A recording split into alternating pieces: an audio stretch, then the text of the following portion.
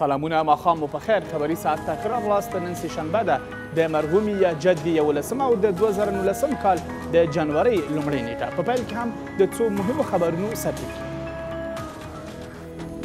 ایراني چارواکو سره د طالبانو د لیدنې منل کېدنه. طالبان وایي ایراني چارواکو سره لیدنه کې پر افغان سوله او افغانستان کې د امریکایي ځواکونو شتون په اړه خبرې شوې.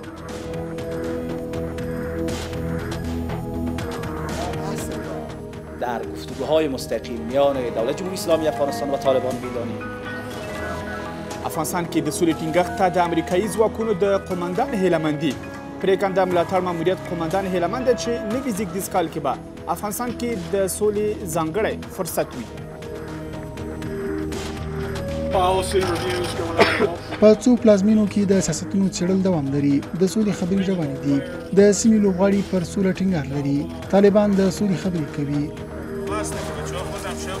د ولسمشرۍ ټاکنو کې ځنډ باندې د سیاسي ډلو نیوکې. ځینې سیاسي ډلې وایي د ولسمشرۍ ټاکنو ځنډ قانون سره ټکر کې کار دی. مردم افغانستان نگران هستند واقعا با این کمیسیون و با این حکومت و در یک خلای قانونی چطور میتونه که این انتخابات به سر برسه. د کابل د 11 ناحیو د مرستیالۍ څوکۍ ته د ښځو ګمارنه. 11 مېرمنې له ازموینې وروسته د کابل د 11 ناحیو مرستیالانې شوې.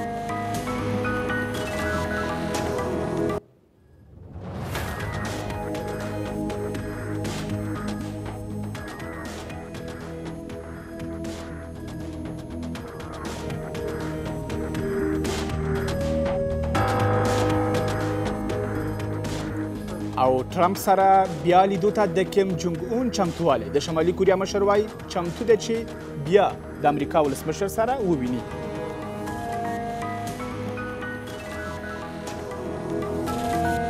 خیر راغلی. خبري ساعت کې په دې سربیره نور مهم خبرونه هم لرو.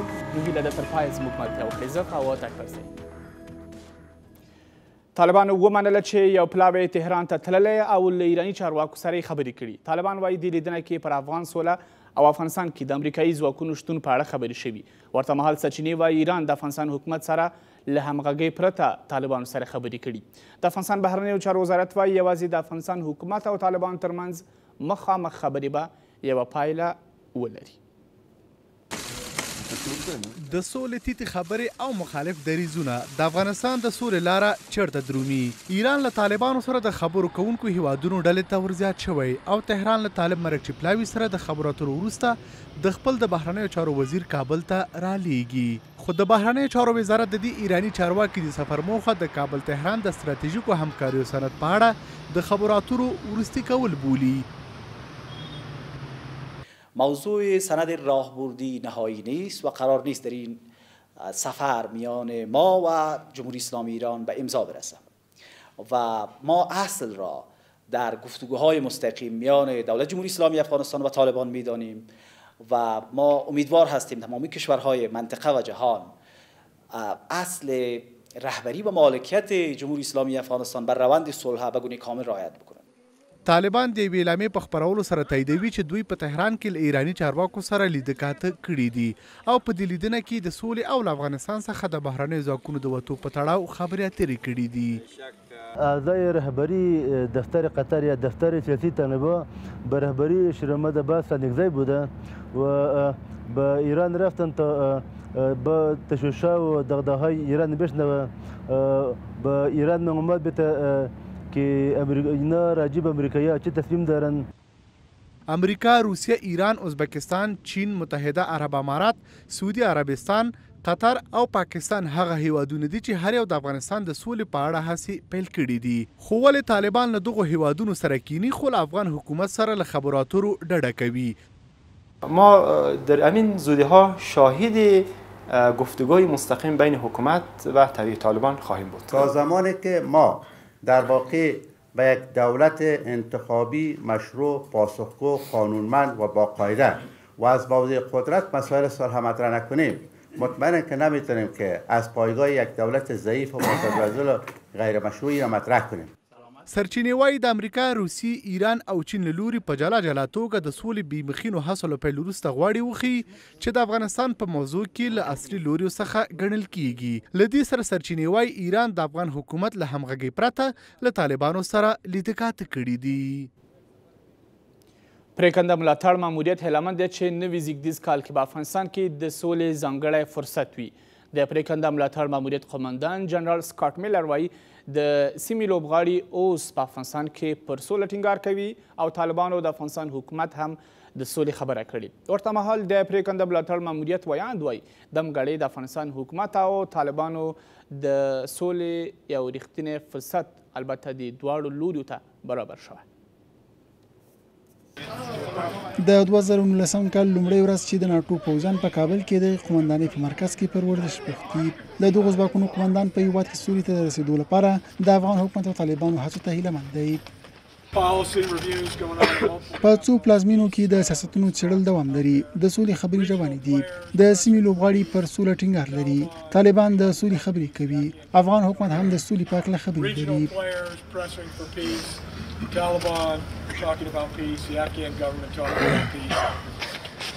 په افغانستان کې ناټو ځواکونه وایي هغه وخت به له افغانستان ووځي چې په سمه لاره د دې هېواد د تلو په اړه ډاډمن شي. 2019 کال د افغانستان لپاره یو ځانګړی او بېساری فرصت راوړي. فکر کوم موږ ټولو د سولې د خبرو پرمختګ لیدلی او افغانان او طالبان د سولې لپاره یو واقعي جدي فرصت په مخ کې لري. دې ته په پام سره 40 کلنه جګړه د پای ته رسېدو یو فرصت لري.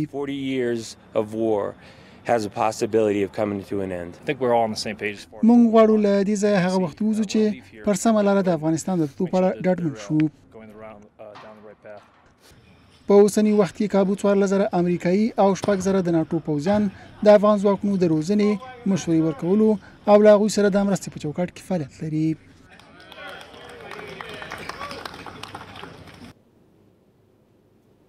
هیواد کې څو سیاسي ډلو ویلي چې د ولسمشرۍ ټاکنو کې ځنډ د اساسي قانون سره ټکر کې کار دی. د افغانستان د خلکو محور په نوم سیاسي ډله وایي حکومت غواړي د ټاکنو په ځنډ سره د ولسمشرۍ ټاکنې ځان لپاره پلان کړي.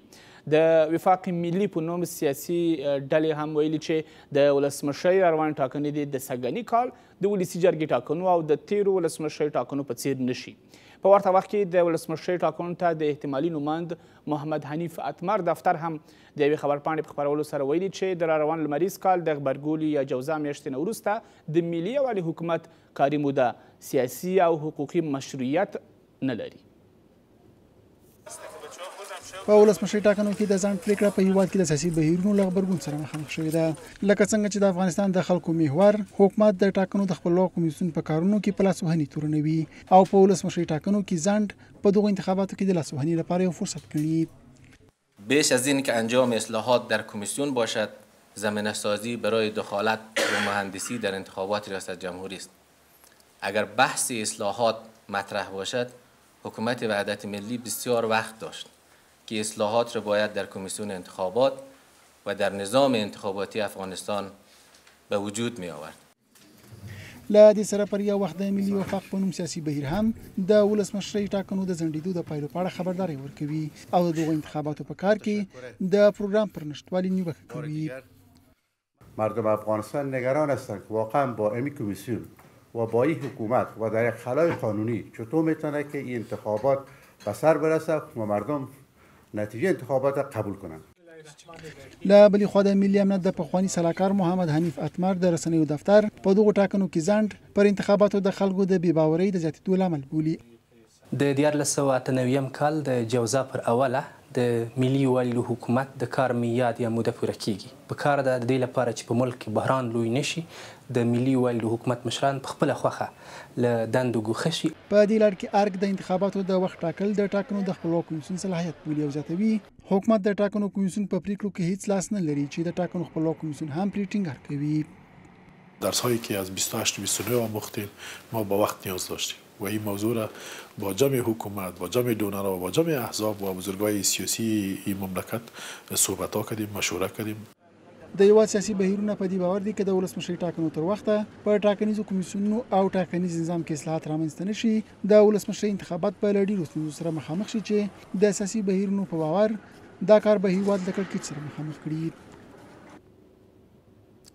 پر ټاکنو څارونکي بنسټونه د ټاکنو خپلواک کمیسیون غړي، د دارالانشا رئیس او د ځینو ولایتونو د ټاکنو دفتر مشران په مالي فساد او ټاکنیزو جرمونو تورن کړل او وایي دوی دې له دندو لرې شي. پر ټاکنو څارونکي بنسټونه وایي لویه څارنوالي باید د ټاکنو خپلواک کمیسیون مشرتابه باندې د لاکېدلو تورونو په برخه کې چوپه خوله پاتې نه شي.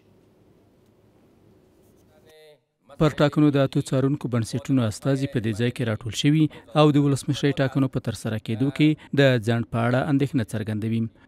کمیسیون باید همدا اوس هم خلکو ته واضح کړي چې دغه 3 میاشتې چې دوی انتخابات وځنډول د دوی د اصلاحاتو برنامه کومه ده. پر انتخاباتو د څارونکو بنسټونو ټولنه د ټاکنو د خپلواک کمیسیون غړي په ناکارندوالي او مالی فساد تورنوي. در این پروسه فساد مالی وجود داشته و جرایم انتخاباتی توسط رهبری کمیسیون انتخابات متاسفانه در این پروسه وجود داشته. کمیشنر است، رئیس دارالانشا است، رئیسای ولایتی است، هر کسی که فساد کرده، جرم کرده، لوی څارنوالي افغانستانی صلاحیت داره اونا را به دادگاه بکشانه. لا بل خو لویه څارنوالي وایي که بنسټونه په کمیسیون کې د فساد د دغو تورونو په اړه اسناد لري دا بنسټ به یې وڅېړي. څارنوالي افغانستان موضوع را دیده و در روشنایی احکام قانون بررسی میکنه. هر کس در هر موقف یا موقعیتی قرار داشته باشه و کسب الزامیت بکنه قانون بالاش تطبیق شده نیست.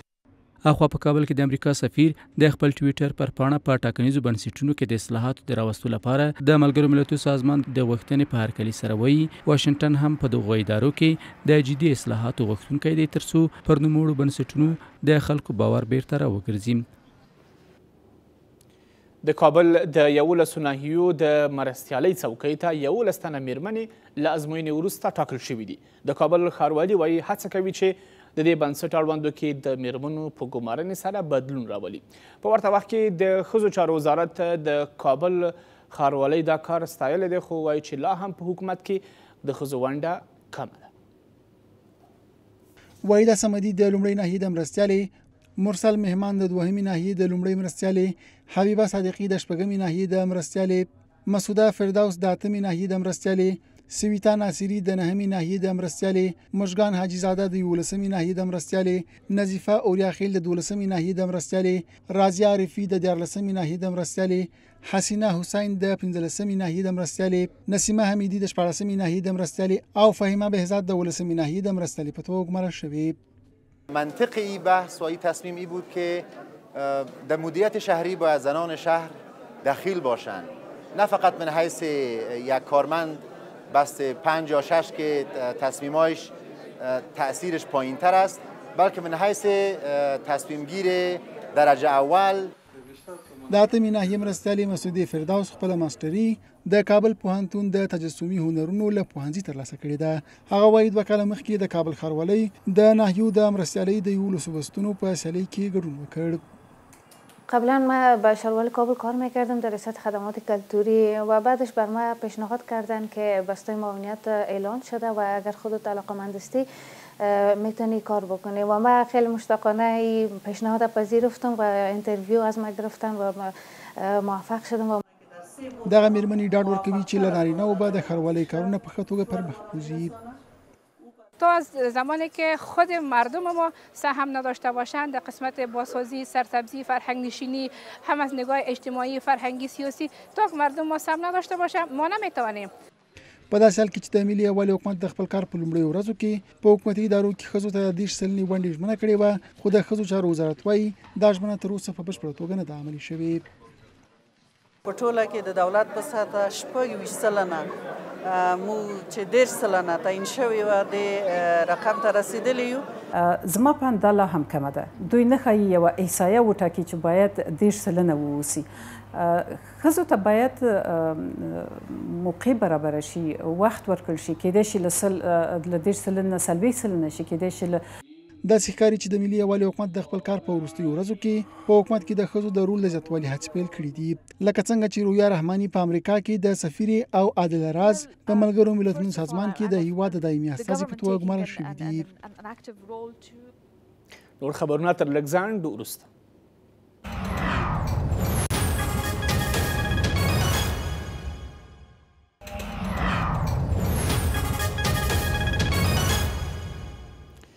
بیا هم ښه راغلاست. په سرپل کې د دولتي ځواکونو او طالبانو ترمنځ جلا نښتو کې له 10 زیات دولتي سرتیرو ژوند بایللی او 23 تنه نور ټپیان دي. د سرپل والي وایي دا نښتې تېره شپه شاوخوا 9 بجې د سرپل مرکز او سیاد ولسوالۍ کې شوي دي. د سرپل والي عبدالقادر آشنا وایي د نښتو کې طالبانو ته هم درنه مرګ ژوبله اوښتې ده. سرپل ولایت د دوشنبې په شپه د امنیتي ځواکونو او طالبانو ترمنځ د درنو جګړو شاهد وو. د دې ولایت چارواکي وایي طالبانو د دوشنبې په شپه 9 بجې د دې ولایت د نفتي ساګانو د نیونې په موخه د سرپل مرکز په قشقري کې برید وکړ چې د دولتي ځواکونو له مقاومت سره مخ شو. ولایت سرپل از 3 منطقه عملات تهاجمی خود آغاز کرده و تا اولش ولسوالی سیاد، دومش شهرهای لنبریک، سیومیش که در قشقری بود. هدف او به خاطر به دست آوردن منطقه نفتخیز ولایت سرپل است. حمله اولیشان از ولسوالی سیاد 7:30 دقیقه شروع شده بود الا 2 بجه شب دوام داشت و حمله دومیشان از ساعت 9:20 شروع شده بود و الا 2:30 بجه دوام داشت در قشقری. از این جمله دشمن هم تلفات سنگین دیدن. د سرپل والي وایي له دې سره هممهاله طالبانو په سیاد او د سرپل جوزجان د لوی لارې په اوږدو کې پر امنیتي پوستو بریدونه پیل کړل چې دغو نښتو له 6 ساعتونو ډیر دوام وکړ. مردم باید نگران شوه. همین ولایت سرپل به خاطر فراموشی به فراموشی سپرده شده. په همدې حال کې د سرپل د ولایتي شورا رئیس وایي که د دې ولایت امنیت ټینګښت ته جدي پاملرنه ونه شي نو ممکن د دې ولایت ځینې سیمې د طالبانو تر ولکې لاندې راشي.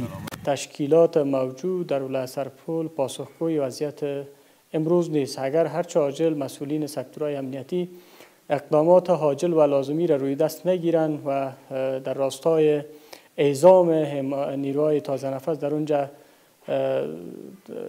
اقدامات صورت نگیره، سقوط ولسوالی سیاد و حتی ولایت سرپل بعید نخواهد بود و مشکلات‌های بیشتر امنیتی را نه تنها در سطح ولایت سرپل بلکه در ولایت‌های همجوار به وجود خواهد آورد.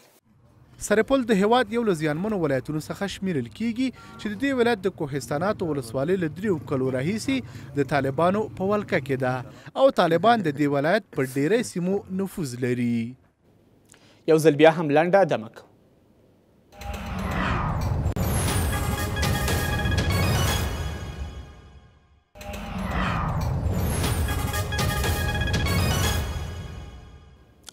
بیا هم ښه راغلاست. په افغانستان کې د حکاکۍ پخوانی هنر مخ په پیکه کېدو دی، خو شته داسې چې د دې هنر د ژوندي ساتنې لپاره هڅې کوي. دې رپورټ کې په هرات کې د خاطرې امید کیسه ده چې 14 کاله کېږي حکاکي کوي او وايي حکومت د دې هنر ته پاملرنه وکړي. فلزي چکش او سکنه د لرګي پر تختې او هغه لاسونه چې پرې کول کوي سوی جوړه کړي. کلونه خاطرې دي چې د لرګي په دې تختې هنري نقشې حکاکي کوي. په هرات کې یوازینۍ ښځه ده چې د دې با ارزښته لرغوني هنر د ژوندي ساتلو په موخه هڅه کوي. خیلی شوق زیادی به این هنر داشتم چون تحلیلی کرده بودم درباره این هنر یکی از زیباترین و پر ارزشترین هنرهای جهان به شمار میره. 14 کاله کېږي چې حکاکي کوي او په دې موده کې دغه هنر ډیرو زده کوونکو ته ښودلی دی. هغه حکاکي یو لرغونی او با ارزښته هنر بولي چې له یاده وتلی او په دې برخه کې حکومت ګرم بولي. اگر ما پیشینه تاریخی این هنر را مطالعه کنیم در خود افغانستان این هنر زاده شده اما حالا رو به فراموشی هست. به اون لحاظ کمتر مردم توجه دارم چون معرفی کلی نشده از طرف خود دولت. د هرات د اطلاعات او کلتور ریاست بیا په دې اړه بل شان نظر لري. به پیمان تولید نداریم در عرصه، یعنی تولیدات کمتره چون هزینه بره، هزینه از زیاده این آثار حکاکی فروش نمیکنه، مارکت وجود نداره، بنابراین کمتر برای صنایع هنری حکاکی استادکارای ما میاله داریم به ایران. از این دیدگاه شما کمتر شاهد برگزاری نمایشگاه اختصاصی بوده. حکاکي په دې جغرافیه کې لوړ او روښانه تاریخ لري او 9مه سلیزه کې د تیموریانو په دور کې دغه هنر خپلو لوړو پوړیو ته رسېدلی او آثار یې اوس هم د هرات په جامع جومات او گذرگاه کې شتون لري. بخصوص نابترین اثری که شما در هرات دارند در اواسط قرن 9 در زمان خود ابو سعید کورگانی که ای خود حاکم خود هرات هست، لوح مرمرینی که بر فراز آرامگاه فیض آثار حضرت شیخ الاسلام عبدالله الانصاری الهروی قدس الله سر العزیز ای ساخته شده و حکاکی شده و نصب شده، از جمله عجوبه های هنر حکاکی روی سنگ نه تنها در هرات نه تنها در افغانستان بلکه در جهان هست. شبکه کاری، مارغ کاری او مجسمه جوړونه د حکاکی د هنر برخې دي چې د چارمغزو، عنابو، چنار، پرډبرو او فلزاتو حکیږي. یو ځل بیا هم لنډه دمه کوو.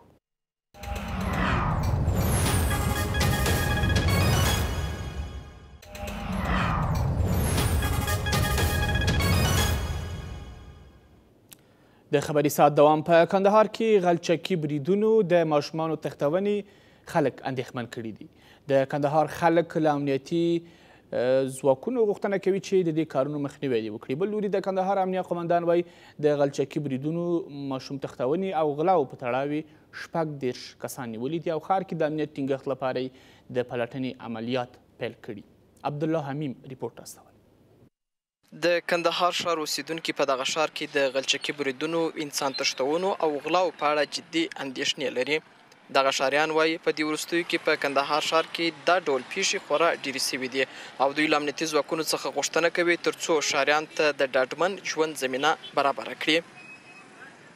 دا چې غلچکي بریدونه خو سته، موږ خبرېږو، هم دولتي کسان او هم غیر دولتي کسان دي، خو دلیل یې موږ ته نه معلومېږي چې دا په څه خاطر ویشتل کېږي او ولې ویشتل کېږي.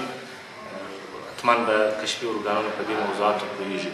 او پاتې شو د اختطاف موضوع چې د ماشومانو د اختطاف موضوع په اوس کې ډېره سوې ده او ډېرې کورنۍ د دې حالت څخه کړېږي، په خپلو اولادونو باندې ډېر بایسته دي، خپل کار روزګار ځینې پاته دی. خلک اندېښنې لري ځکه چې غلاوې ډېر سوي دي، خلکو بزګران غلا کېږي، همدارنګه موټران غلا کېږي، خلک تشویش لري، خلک اندېښنه لري او خلک د حکومت څخه غواړي چې جدي پاملرنه وشي او په دې هکله باید یو جدي تصمیم ونیسي. یوازینی زما په نظر علت بیکاري، اقتصادي ستونزې او بې تعلیمي ده.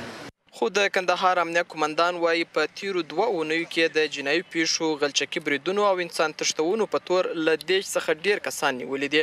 نوموړی وایي په دې لړ کې 7 ماشومان هم د انسان تښتونکو له منګولو څخه ژغورلي دي. 3 چرکیان وژل سوي دي، 6 نیول سوي دي،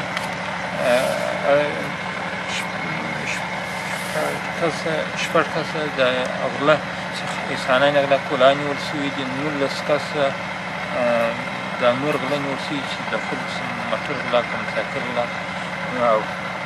همدارنګه د کندهار امنیه قومندان وایي په ښار کې د جنایي جرمونو د مخنیوي په موخه د ښار په مشکوکو سیمو کې د پلټنې عملیات پیل کړي دي او نوموړی په کندهار ښار کې د بشپړ امنیت د ټینګښت ډاډ ورکوي. انشاءالله چې کوم اختلاف سوی دی هغه نفر نیول سوي، چې کوم چرکي عملیات سوي دي یا ویشتل سوي یا نیول سوي دي، په پسې چې اقدام کوو موږ مقابل کې انشاءالله یا نیسو یا جواب ورکوو. د مخه مو نیولي 6 کسان د مخه نیولي سوي، کوم چرکي عملیات موږ د مخه. کندهار د هیواد په جنوب کې د امن لرونکو ولایتونو څخه شمیرل کیږي. ډیری کسان په دې اند دي چې دغه ولایت په نږدې ولایتونو کې د ناامنۍ له امله په دغه ښار کې هم جنایي پیښې ډېرې سوي دي. مشران جرګه وایي د پکتیا زرمت ته به د دې لپاره یو پلاوی واستوي چې دغلته د یوې کورنۍ د 6 غړو د وژنې څرنګوالی معلوم کړي. په ورته وخت کې د مشران جرګې ځینې غړي پر حکومت تور پورې کوي چې د خلکو د امنیت ټینګښت کې بېغوري کوي. له دې سره سرپل کې په ناامنۍ هم د مشران جرګې غړو اندېښنه څرګنده کړې. جناب رئیس او لکه څرنګه چې ټول ته معلومه ده، له هغې وروسته چې په پکتیا ولایت کې یوې کورنۍ د افغان ځواکونو د شپې په عملیاتو کې د خپلو 6 غړو د وژل کېدو خبر ورکړ، اوس د مشرانو جرګې یو شمېر غړي د دې برید غندنه کوي. ما از قواتای خارجی گله داشتیم که قواتای خارجی بمبارد میکنن بدون از اینکه دولت افغانستان هماهنگی داشته باشند. شبانه عملیات میکنن بدون هماهنگی. حال قوت‌های داخلی برنامه کمپاین است شبال است، اینا میان بدون از اینکه مردم در جریان بگذارن، بدون از اینکه تثبیت بکنن، تشخیص بدن، عملیات انجام میتن و این تلفات ملکی را بار میاره. و هغه فامیل ته چې برای دغه کتې د یو کور شپږ کسه شهیدان کړي دي، هغو ته به بیا انتخابات یا سړک یا شفاخانه یا مکتب دا کم ارزښت ولري. د مشران جرګې دا غړي له حکومت څخه د دغې پیښې د څېړلو غوښتنه کوي. یو هیات مستقیما ستاسې تر رهبرۍ لاندې تعین سي، موږ حاضر یو چې ولاړ شو زرمت ته، مستقیما هغه کورنۍ وګورو، بیا ولاړ شو پکتیکا ته، د مغه قطعې سره وګورو چې دغه ظلم یې کړی دی. اخوا د مشرانو جرګې رئیس هم د دغې پیښې د څېړلو لپاره د پکتیا زرمت ولسوالۍ ته د یوه پلاوي د لیږلو خبر ورکوي. دفاعي کمیسیون به دا موضوع جدي څېړي او د دفاعي کمیسیون او شکایتو کمیسیون یو مختلط هیئت به انشاءالله که ستاسو تایید و پکتیا ته دي د دې پیښې د څېړنې لپاره د پکتیا د صنعتو صاحبانو په مرسته او همکارۍ. خو د مشرانو جرګې اندېښنه یوازې په دې اړه نه ده، بلکې د دې جرګې یو شمېر غړي د هېواد په ځینو شمالي او شمال ختیځو ولایتونو کې د ناامنیو په اړه اندېښنه لري.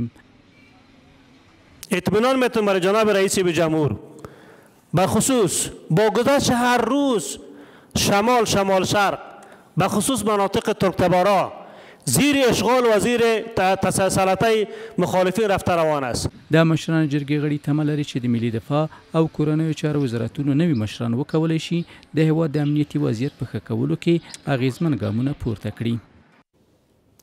طالبانو ومنله چې یو پلاوی تهران ته تللی او له ایراني چارواکو سره خبرې کړي. طالبان وایي د لیدنه کې پر افغان سوله او افغانستان کې د امریکایي ځواکونو شتون په اړه خبرې شوي. ورته مهال سرچینې وایي ایران د افغانستان حکومت سره له همغږۍ پرته طالبانو سره خبرې کړي. د افغانستان بهرنیو چارو وزارت بیا وایي چې یوازې د افغانستان حکومت او طالبانو ترمنځ مخامخ خبرې به یوه پایله ولري.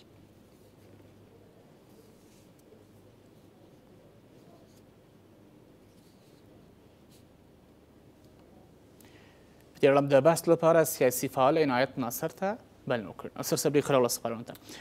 ماښام خیر که پیل له دې وکړو چې د ایراني چارواکو سره د طالبانو د پلاوي لیدنه څومره مرسته کولی شي د افغانستان د سولې بهیر د چټکتیا لپاره او بالاخره په افغانستان کې د سولې ټینګېدو لپاره؟ ګورې مخکې تر دې چې د دې پر اغېزو باندې بحث وکړو، راځئ د ایران پر نقش باندې بحث وشي. ایران د افغانستان په جګړه کې داخل یا اشکال پاتې شوی هیواد ده. د تېرو 14 کلونو راهیسې د دوی سیاست د افغانستان په اړه باندې متضاد و.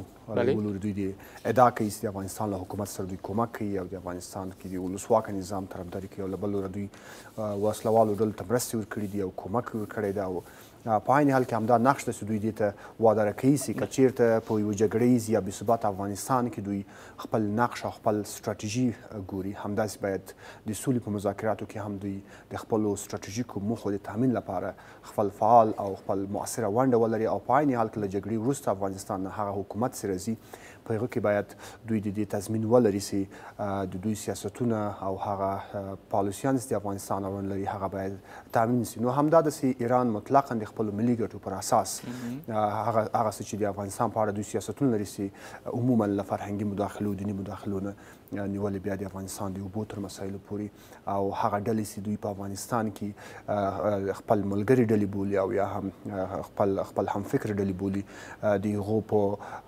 په موجودیت کې او د هغو په ملاتړ کې د یو نوي حکومت یا له جګړې وروسته د حکومت رامنځته کول چې هغه عموما ایران پلوه او د امریکا ضد یا د غرب ضد پالیسیانې پر مخ یوسي. نو هم دا هغه څه چې دوی له طالبانو سره د یو اړخ په توګه باندې غواړي چې دوی په مذاکراتو کې ښکیل پاتې سي او په یو قسم سره طالبانو ته مشروعیت ورکړي او هغه څه چې د ایران نقش ده هغه پکې پیاوړی وساتي. خو فکر کوئ چې د افغانستان حکومت له دغه څه وضعیت نه ځان په ګټه کار کولی شي یا د افغانستان د خلکو په ګټه کار کولی شي؟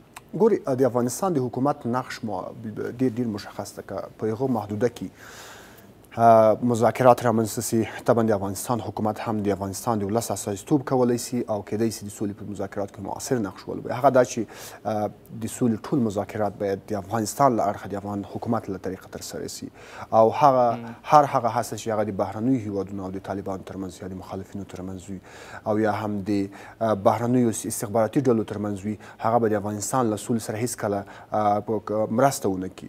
ګوري د افغانستان په سوله کې تر ټولو زیات نقش د متحده ایالاتو ده او تاسو ګورئ چې د متحده ایالاتو او د ایران ترمنځ پراخ سیاسي مشکلات موجود دي او همدا مشکلات دي چې د افغانستان د سولې پروسه کې هم خپل اغیزې شیندي. څومره چې د ایران نقش د سولې پروسه کې پیاوړی کیږي همدومره د متحده ایالاتو د سیاستونو او د هغو د نقش پر څرنګوالي هم بحث رامنځته کیږي او هغه به دا وي چې متحده ایالات به په هیڅ معنا سره دا ونه غواړي چې د ایران نقش تر هغه حده پورې د افغانستان په سوله کې پاتې سي. هغه د دوی سیاستونه په افغانستان کې یعنې په یو ډول تهران غواړي چې د واشنګټن ته خپل په یو اصطلاح باندې قوت ور وښیي چې تاسو په افغانستان کې مثلا ښکېل یاست، په جګړه کې ښکېل یاست او د سولې خبرې مو راپیل کړي دي. موږ هم داسې یو څوک یو چې په دې برخه کې ښکېلي دی شو، یعنې دغسې خپل قوت ښودنه ده. هغه څه چې ایران په دې مناور کې غواړي چې هغه وشي، لومړی دا ده چې دوی د افغانستان د سولې پروسه کې خپله ونډه غواړي او هغه اهداف چې دوی لري د سولې د پروسې په اخر کې د هغو اهدافو تحقیق او لاسته راوړل غواړي. دویم بحث همدا ده چې دوی یو قسم سره په سیمه ییز او په نړیوال کچه دا ښکاره کوي چې ګویا دوی د افغانستان په قضیه کې فعاله دي، فعاله ونډه لري پر طالبانو باندې، خپل اغیز لري او دا اغیزې د ایران له مرستې پرته د سولې پروسه ممکن دومره معنیداره او واقعبینه نه سي. دا هغه څه چې دوی له ډیپلوماتیک او له سیاسي پلوه غواړي چې انعکاس وکړي. بله مسله د ایران د بهرنیو چارو د مرستیال وزیر عباس عراقچي سفر دی چې وایي یوه اونۍ یا دوه اونیو کې به کابل ته راشي. تمه څه ده چې د افغانستان حکومت ورسره داسې څه خبرې وکړي چې بالاخره مرسته وکړی شي د دې سره چې د افغانستان حکومت پلاوی او د طالبانو پلاوی مخامخ خبرو ته سره کړي. زه فکر نه کوم چې ایران به دومره مؤثره ونډه ولوبوي چې هغه به د طالبانو او د حکومت ترمنځ د مذاکراتو تسهیل وکړي. ظاهرا دا خبرې شوي دي چې هغوی دا وایي چې البته دا تر ادعاو تر حده پورې دی او دا یو قسم د ایرانیانو له پلوه د یوه عنوان په توګه باندې د سولې مذاکراتو هغه ناست دوی له طالبانو سره کوي، هغو ته د عنوان په توګه باندې له دې موضوع نه کارول دي. خو بس بیا هم معلوم ده هغه دا ده چې که د ایران هر پلوی افغانستان ته راځي هغه به په یو قسم سره د خپلو اهدافو او د خپل په سولې مذاکراتو کې د خپلو غوښتنو تامین لپاره خپل لابینګ ولري. خو د دې ترڅنګ بس همدا ده چې د افغانستان حکومت د ملي حاکمیت د ممثل نهاد په توګه او د یو مسؤل نهاد په توګه د دې مکلفیت لري چې له ایرانیانو سره ډېر واضح خبرې وکړي او دا وضاحت دا وي چې د افغانستان د سولې پروسه د افغانانو ملکیت ده او ایرانیان باید داسې مداخله ونه کړي چې هغه د سولې په پروسه کې خنډ رامنځته کړي. ډېره زیاته مننه کور مودان سیاسي فعال عنایت ناصر، هر کله ډېره مننه. او درنو لیدونکو د خبرونو دوام په هرات کې سیمه ییز چارواکي وایي د طالبانو 7 تنه سیمه ییز قمندانان یې نیولي دي. د هرات د والي ویاند وایي د طالبانو د قمندان په وروستیو 10 ورځو کې د عملیاتو په ترڅ کې نیول شوي دي. په ورته وخت کې د هرات ولایتي شورا وایي د ځینو ولسوالیو امنیتي وضعیت د اندېښنې دی او د دوی په وینا په وروستۍ یوه میاشت کې په لسګونه سرتیري د طالبانو په بریدونو کې وژل شوي. د هرات په ځینو ولسوالیو کې د کورنیو او بهرنیو ځواکونو د هوایي بریدونو په زیاتوالي د طالبانو مهم قمندانان سره له نورو کسانو وژل شوي دي. دغه بریدونه د هرات په غوریانو، پښتون زرغون، اوبې او شینډن ولسوالیو کې ترسره شوي دي. از این میان 7 تن قماندانان کلیدی گروه طالبان بودند. با از بین رفتن این افراد میتونیم با جرأت ادعا بکنیم که وضعیت در ولسوالی‌های مختلف ولایت هرات بهبود خواهد یافت و همچنان این روند ادامه پیدا می‌کند. د امنیتي ځواکونو د ځمکنیو عملیاتو او هوایي بریدونو ترڅنګ په تیره یوه میاشت کې د هرات ځینې ولسوالۍ د امنیتي ځواکونو او طالبانو ترمنځ د سختو جګړو شاهدې وي. د هرات ولایتي شورا د یو شمېر ولسوالیو وضعیت د اندېښنې وړ بولي. نتوانستن اونا با کمک اینا در اسرع وقت برسه به زمان برسه که باعث شهادت خود نیروهای امنیتی ما و دستگیر شدن اونا به دست مخالفین بودن. پس بنابراین راه حل درست حسابی اینه که باید آمادگی داشته باشند تا خدای نکرده به حمله هایی که به روی پست‌ها صورت میگیره با زودترین فرصت و بهترین امکانات که داره رسیدگی بشه. خو د هرات سیمه ییز چارواکي ټینګار کوي د دې ولایت امنیتي وضعیت د تیر په پرتله ښه شوی او امنیتي ځواکونه د عملیاتو په ترسره کولو د طالبانو ځالې له منځه وړي دي.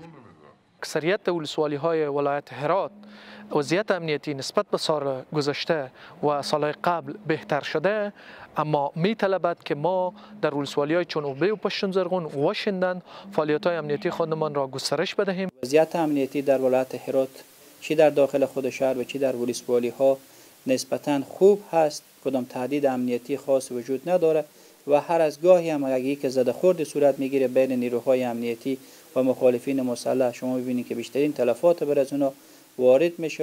په شینډن کې د طالبانو له لوري د ملي اردو د 1400 سرتیرو وژل او د نږدې 20 نیونه د طالبانو پر وړاندې په اوبې او پښتون زرغون ولسوالیو کې د امنیتي ځواکونو زیانونه دي.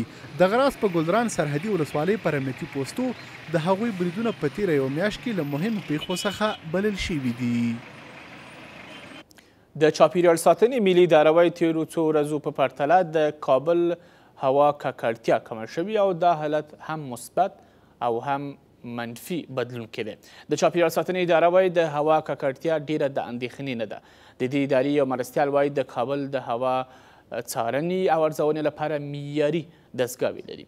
د چاپیریال ساتنې اداره وایي د هغو دنګو ودانیو نوملړې هم برابر کړی چې د ډبرو سکاره پکې کاریږي. د چاپیریال ساتنې ملي ادارې د کورنیو چارو وزارت او کابل ښاروالۍ له استازو سره په ګډه خبري غونډه کې وایي د کابل هوا دومره ککړه هم نه ده چې دوی بیړنی حالت اعلام کړي. د دې ادارې مرستیال وایي د کابل د هوا ککړتیا په بدلیدو ده او کله ډیریږي او کله کمیږي. در همین چند روزی که اعداد ارقامی را که ما گرفتیم از نقاط مختلف شهر کابل آلودگی هوا نسبتاً پایین است. اعداد ارقام ما نسبتاً پایین است و شاید اگر مسائل جوی هم کار عزیز در اینجا یک چیز دیگر هم فراموش نکنیم که در اینجا شرایط جوی فوق العاده بالای از این تاثیر داره. په همدې حال کې د کورنیو چارو وزارت د پالیسۍ معاینت لومړی مرستیال د هوا ککړتیا زیان له نامنیو خطرناک بولي. آلودگی هوا یکی از پدیده‌های بسیار مهلک در پالوی تروریسم و مواد مخدر و سایر پدیده‌های جرایم جنایی، این پدیده هم یکی از مهلکترین و خطرناکترین برای بشریت است. په دې سره د کابل ښاروالۍ کابل کې د شنو سیمو کمښت د هوا ککړتیا د زیاتوالي له ستونزو بولي. در طول همین سال گذشته که آگاهی دهی ما فقط مختص در مورد مسائل محیط زیستی و مسائل صحت محیطی بوده برای اصناف. در حدود 50688 نفر ما برش آگاهی دادیم. آگاهی دهی هایی که به شکل آنجاب ترنینگ واره که در دکانش مثلا رفته کارمند ما شاگردش یا خود دکاندار برای 3 الی 5 دقیقه در مورد جلوگیری از آلودگی های محیط زیستی و جلوگیری از آلودگی های صحت محیطی برش معلومات دادن. دغه راز د چاپیریال ساتنې ملي اداره د کابل د هوا ککړتیا د اندازه کولو په موخه د ارزونې او څارنې د معیاري وسیلو له نشتوالي شکایت کوي او وایي اوسني امکانات د دې ادارې لپاره بسنه نه کوي. له نړۍ مو هم خبرو خو له لږې شېبې ځنډ وروسته.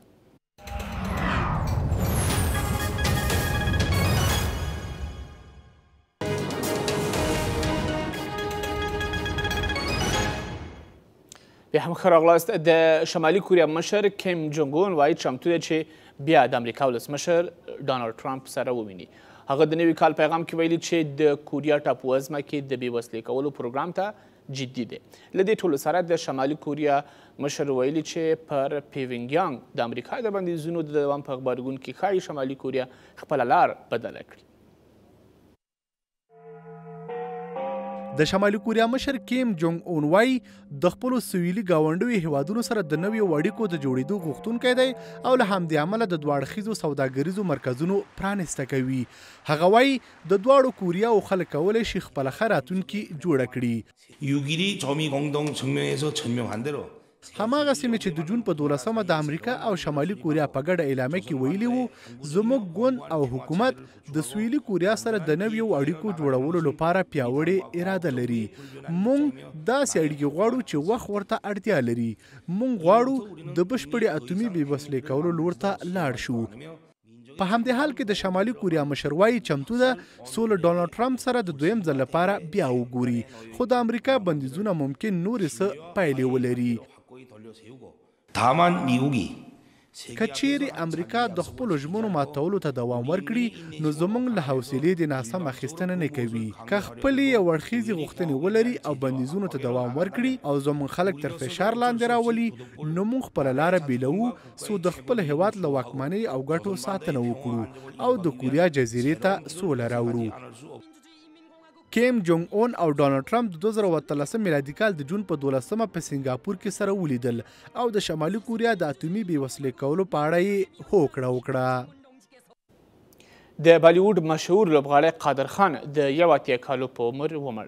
د قادر خان کورنۍ وایي د کاناډا کې یو روغتون کې مړ شوی. قادر خان په څه باندې 300 فلمونو کې رول لوبولی. قادر خان له اره افغان او کابل کې زیږېدلی و. پلار یې د کندهار او مور یې د پاکستان د بلوچستان و.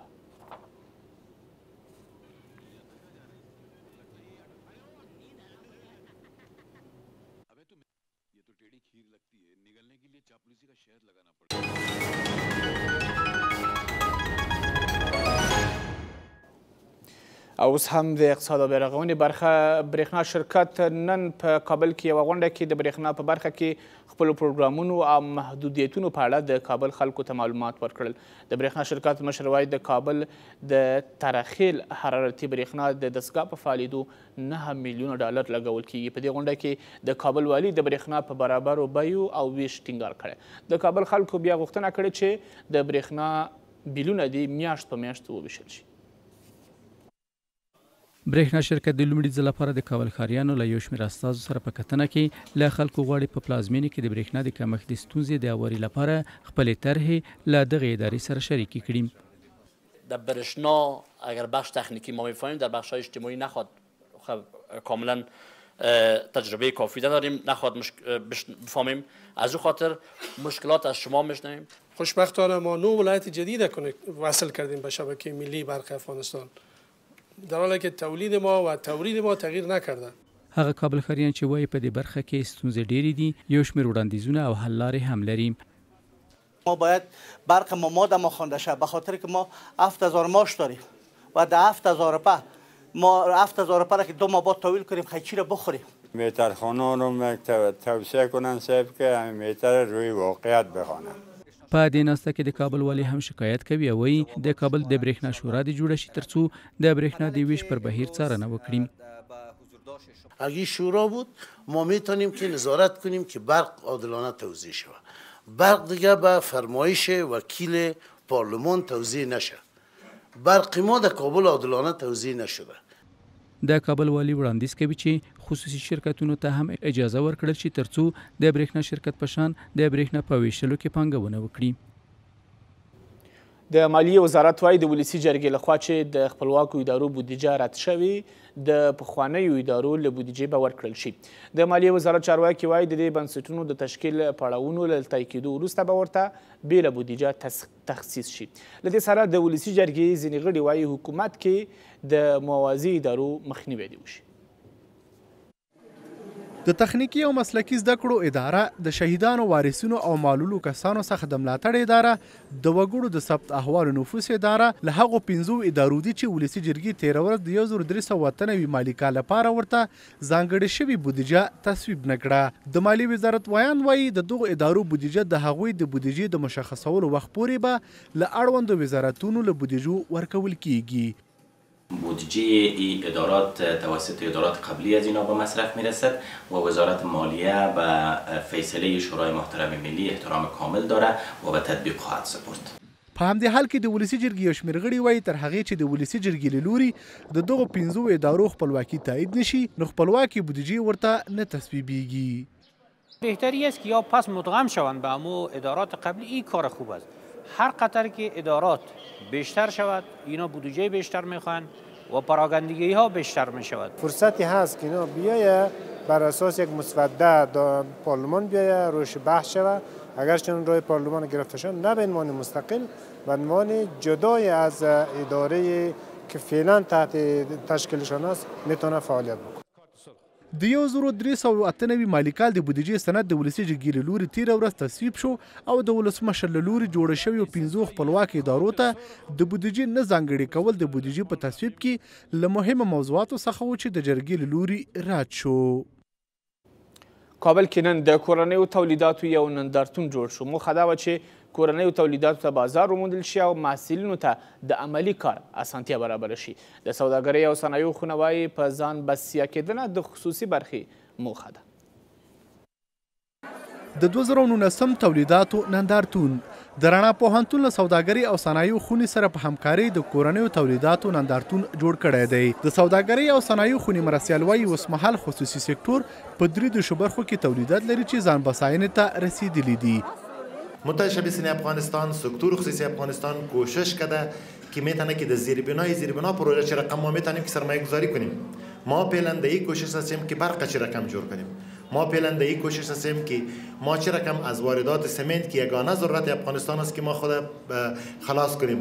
برگزاری چنین نمایشگاه باور ما به این است که وقتی که محصل ما بخیر فارغ میشه در جای کار انشالله مشکل نمی داشته باشه و میتونه که در قسمت مارکتینگ یا بازاریابی و در قسمت عرضه تولیدات و فرآورده‌های خود دست بالا داشته باشه.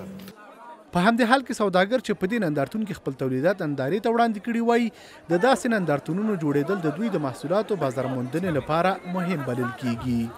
زمینه بازاریابی است برای تمام هموطنان ما که جنس‌های خود به نمایش بگذارند و از این فواید به دست بیارند. خیلی موثر و مفید است به خاطر از اینکه درسایی که ما در عین روزمره تدریس میشه برای ما توسط استادا و واره ما میتونیم که عملی کار بکنیم و یک تجربه خوبه پیش از اینکه ما فارغ شویم کسب بکنیم. په دې نندارتون کې سوداګرو په 2 غرفو کې خپل تولیدات د یوې ورځې لپاره نندارې ته وړاندې کړي دي. ترانسپورتي شرکتونه او ځینې د بارولونکو موټرو چلوونکي یو ځل بیا اعتراض کوي چې د لوړ تناژ لرونکو تلو کې له هم ترې پیسې اخیستل کیږي. هغوی ادعا کوي چې د ټولګټو وزارت ځینې کارکوونکي زورواکو سره په همغږۍ له موټر چلوونکو پیسې اخلي. د ترانسپورتي شرکتونو ټولنې له اعتراضونو 2 میاشتې وروسته د دې ټولنې غړو یو ځل بیا د دوی د دایمي ستونزو له امله په دې ځای کې اعتراض کړی. ما به وزیر صاحب فاید عامه احترام خاص داریم که آدم پاک و داناست مگر صلاحی صاحب معین کی مراقبت سرکا انجینر عارف که فعلا تقاعد است مگر در تخریب سرک و در تشکیل مافیا رول اساسی دارد. دا ځل موټر چلوونکي د هیواد له بیلابیلو برخو دې ځای ته راغلي او وایي پر لارو له دوی د پیسو اخیستل زیات شوي دي. صرف ما را آزار میتن، اذیت میکنن، فحش به ناموس میتن، لط و کوب میکنن، از ما پول میگیرن. دریورا مجبور هستند به خاطر نفقه عیال خود موتر خود استاد نمیتونن. 1,50,000 روپۍ د نه درشو موټر د ورکې په نوم د بشیر دی. د ترانسپورتي شرکتونو ټولنه د فواید عامې وزارت د یو شمېر کارکوونکو پر تورنولو سربیره د دې وزارت یو مرستیال هم له دوی د پیسو په تړاو تورنوي او له حکومته غواړي زر تر زره دغه ستونزه هواره کړي. نو چې د دومره سخت تکلیفو باوجود یوې ترازو ته راځي ورته وایي چې وزن کې د فرق دی. د دې وزن لاره خو تاره ته جوړه کړې، دا تخمینه خو تاره ته سیخ کړې ده چې پیسې درکم نو فراولن هیچ مشکل نشته. چند روز پیش ما تقریبا 35 نفر آمده بودیم در ترازوی میدان شهر. پیش از اونا حضور کردیم که از یک طرف پیسه بگی از یک طرف نگی. اونا به ما گفتن که ما از دو طرف میگیریم، از یک طرف برای ما واره نمیکنی. من نمیفهمم که دولت وزارتاش فرق داره، یک وزارت یا یک چیز است. از در صف خود دولت است تعرفه میده 33 تن بار میکنه ولی ترازوی فواید عامه استاد میکنه. برکید رسمی دولتی ما داریم، چرا زیاد است پیسه بیتی. په دې اړه د ټولګټو وزارت د نظر په ترلاسه کولو بریالي نشو. 2 میاشتې مخکې ترانسپورتي شرکتونو له ولسمشر سره له لیدنې وروسته خپل اعتراضونه پای ته ورسول. د دغه ټولنې رئیس وایي که څه هم ولسمشر 2 اونۍ اړوندو ادارو ته وخت ورکړی ترڅو دا ستونزه په بنسټیزه توګه هواره کړي، خو د 2 میاشتو په تېرېدو سره په دې برخه کې هیڅ کار نه دی شوی. په ننګرهار کې هر کال د سیلابونو او غرونو کې د واورې ویلې کېدو له کبله چې مخنیوي ته یې سربندونه او استنادي دیوالونه نه دي جوړ، زرګونه جریبه زراعتي ځمکې اوبه وړي. ننګرهار ته د کرنې او مالدارۍ وزیر د سفر پر مهال د ننګرهار والي په یوې غونډه کې د کرنې له وزیره وغوښتل چې د ننګرهار په بېلابېلو ولسوالیو کې د زراعتي ځمکو خوندیتوب لپاره باید د سیلابونو او غرونو د واورو ویلي کېدو اوبو مخنیوي ته جدي پام وشي.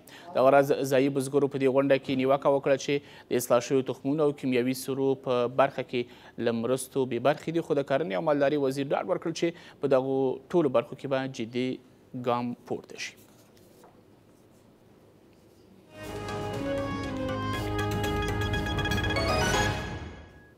او د لوبو برخه دا چې د هېواد د کرکټ ملي لوبډلې نیغ په نیغه د 2020 کال د کرکټ شلوریزو لوبو ته لار ومونده. د کرکټ د نړیوالې شورا د قانون پر بنسټ هغه اته لوبډلې چې د کرکټ نړیوالې شورا غړیتوب لري نیغ په نیغه نړیوال جام ته لار مومي او اته نورې لوبډلې باید د لار موندنې لپاره سیالۍ سره وکړي. او 2013 کال کې د افغان لوبغاړي راشد ارمان نوي ریکارډونه د افغانستان د کرکټ ملي لوبډلې لوبغاړي راشد ارمان په 2013 کال کې وکړای شو چې په 500 ورځو سیالیو کې ډېرې ویکټې واخلي او د نړۍ په کچه لومړی ځای خپل کړي. له تاسو خبر موندونکو له خپل ټولو همکارانو په مننې خبري ساعت پای ته ورسېد. شپه مو بخیر.